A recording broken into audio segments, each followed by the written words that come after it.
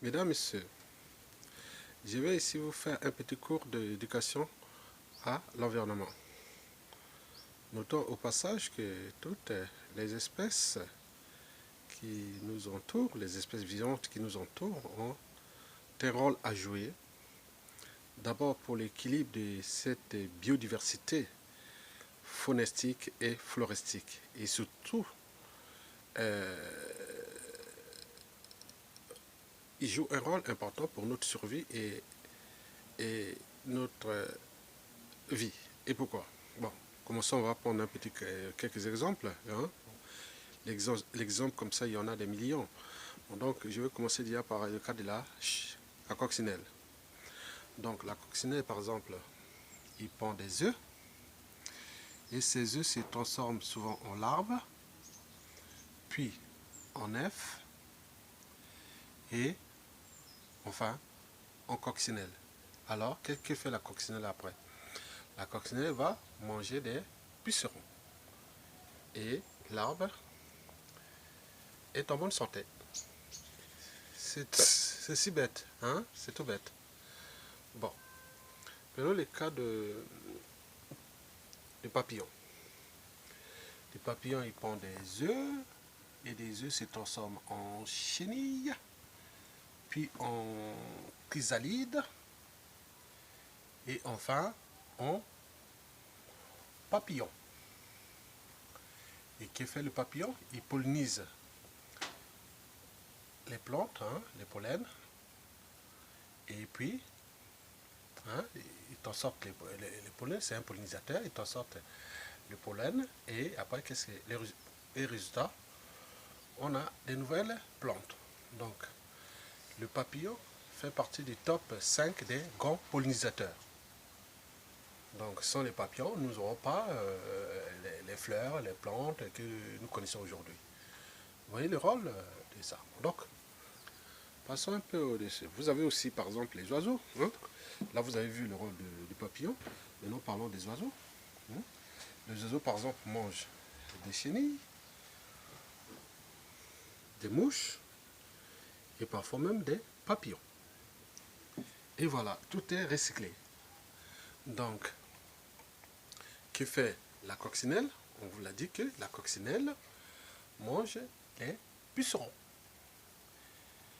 Et l'araignée mange les moustiques. Et voilà. Donc, et l'abeille, qu'est-ce qu'il fait? Il pollinise. Et les papillons, on vous l'a donné déjà son rôle. Et enfin, que fait l'escargot? Vous voyez le rôle de l'escargot? Il est là pour humidifier le sol. Et voilà.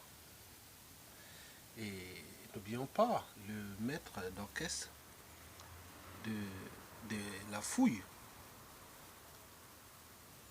de la réaction des sols et surtout du compostage, c'est les lombriques. Sans le lombric, la terre n'y respirait pas.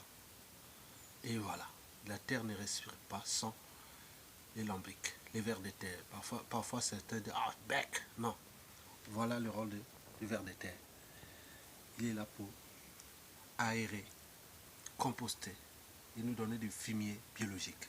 Aérer surtout, c'est ça, c'est son rôle. Après, il y a des colporteurs.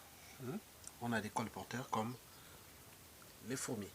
Et donc, on peut encore continuer plus loin. Donc, vous avez compris un peu succinctement le rôle des uns et des autres dans cette biodiversité faunistique et floristique.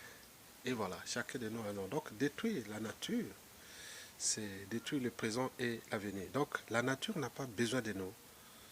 C'est nous qui avions besoin de la nature, disait Pierre Rabhi. C'est pas l'homme, c'est pas la nature qui est dégradée, c'est l'homme qui se dégrade lui-même en détruisant la nature. Donc, l'éducation à l'environnement est tout justement une nouvelle forme de pédagogie liée à l'environnement qui devait être inscrite dans tous les programmes d'éducation scolaire de tous les pays du monde, des programmes d'éducation à l'environnement depuis l'école primaire collège, le lycée et l'université d'ailleurs. Et la pédagogie doit être au cœur de l'enjeu parce qu'il s'agit bien sûr des problématiques déjà de notre existence, de la vie et aussi de notre survie. Donc sans ces petites bestioles, l'homme n'est rien.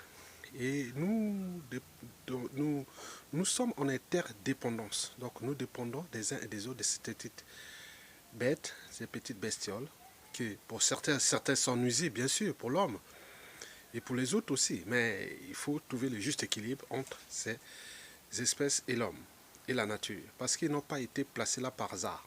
Donc ils ont un rôle à jouer dans la dynamique des espèces.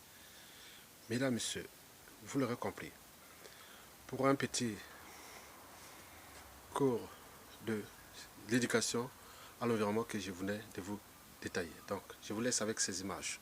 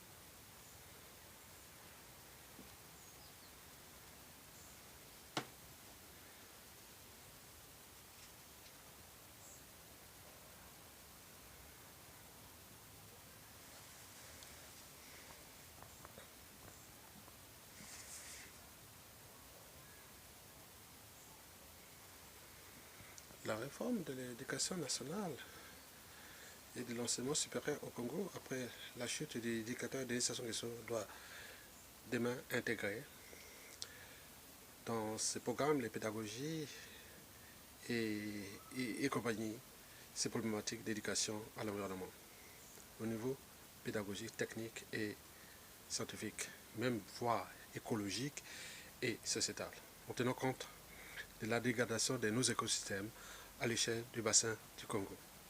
Mesdames, Messieurs, je vous remercie.